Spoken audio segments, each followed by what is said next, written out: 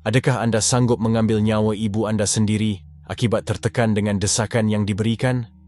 Kejadian tragis ini berlaku pada tahun 2011 di Guldong, South Korea, apabila seorang lelaki berusia 18 tahun bertindak untuk mengambil nyawa ibunya sendiri akibat tekanan dan desakan daripada ibunya untuk belajar bersungguh-sungguh. Ibu Ji, Park yang berusia 51 tahun itu telah banyak mendesak anaknya untuk mencapai keputusan cemerlang dalam peperiksaan dan sanggup melakukan apa saja untuk mencapai matlamat tersebut. Pada 13 Maret 2011, Ji dikatakan telah ibunya, sehingga maut di rumah mereka di timur Seoul pada sekitar jam 11 pagi. Setelah mengambil nyawa ibunya, Ji menyimpan jasadnya dalam bilik tidurnya selama 8 bulan. Ji telah menggunakan gam dan pita untuk menyita pintu bilik tersebut, supaya bau badan mereput tidak akan merebak keluar. Ketika saudara Mara mulai bertanya tentang keberadaan ibunya, Ji berbohong dengan mengatakan bahwa dia bukan lagi tinggal bersama ibunya. Namun, perbuatannya akhirnya terbongkar apabila bapaknya datang untuk melawatnya di rumah itu.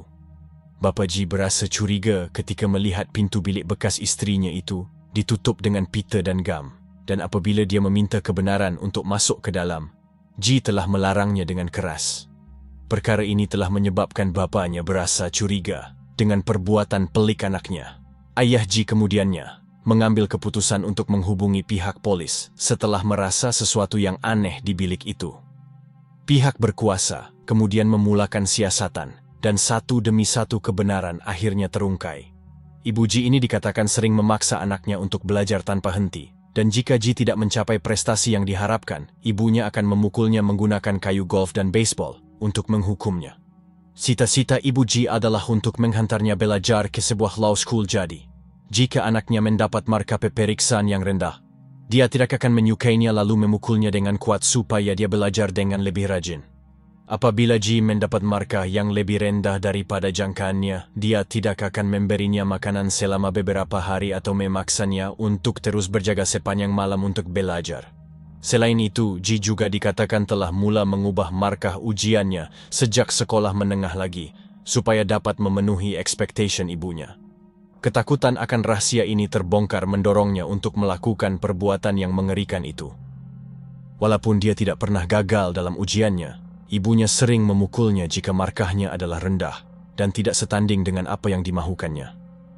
Sehari sebelum kejadian, Ji berkata bahwa ibunya tidak gembira dengan pencapaiannya yang mendapat nombor 62 di sekolahnya, dan oleh itu, Ji telah dipaksa untuk melakukan push-ups dan dipukul menggunakan kayu golf dan baseball selama 10 jam. Ketika disiasat oleh polis, Ji mengakui bahwa masalahnya bermula pada tahun 2006 ketika ibu dan bapaknya bercerai. Selepas perceraian itu, ibunya sering mengongkongnya dan sentiasa ingin berada di sampingnya, bahkan ketika Ji keluar berdating. Keadaan ini semakin membebankan Ji, terutamanya karena bapaknya melawat rumah mereka hanya setahun sekali, dan Ji sentiasa berasa tertekan kerana tidak ada sesiapa untuk dia meluahkan perasaan. Semasa dalam proses perbicaraan, Ji menangis dengan sangat teruk dan mengatakan bahawa dia amat menyesal dengan perbuatannya. Ji juga berkata bahawa ibunya sering muncul dalam mimpinya selepas jenayah itu. Mahkamah menjatuhkan hukuman penjara selama 3 tahun dan 6 bulan ke atas Ji. Namun, orang ramai berpendapat bahawa Ji seharusnya dibebaskan dengan serta-merta, kerana apa yang dilakukan oleh ibunya adalah jauh lebih kejam dan teruk daripada perbuatan Ji. Jadi, ibu bapa di luar sana, jadilah ibu bapa yang terbaik kepada anak-anak anda dan layanlah mereka dengan penuh kasih sayang. Nyawa dan kesihatan anak anda adalah lebih penting daripada markah peperiksaannya.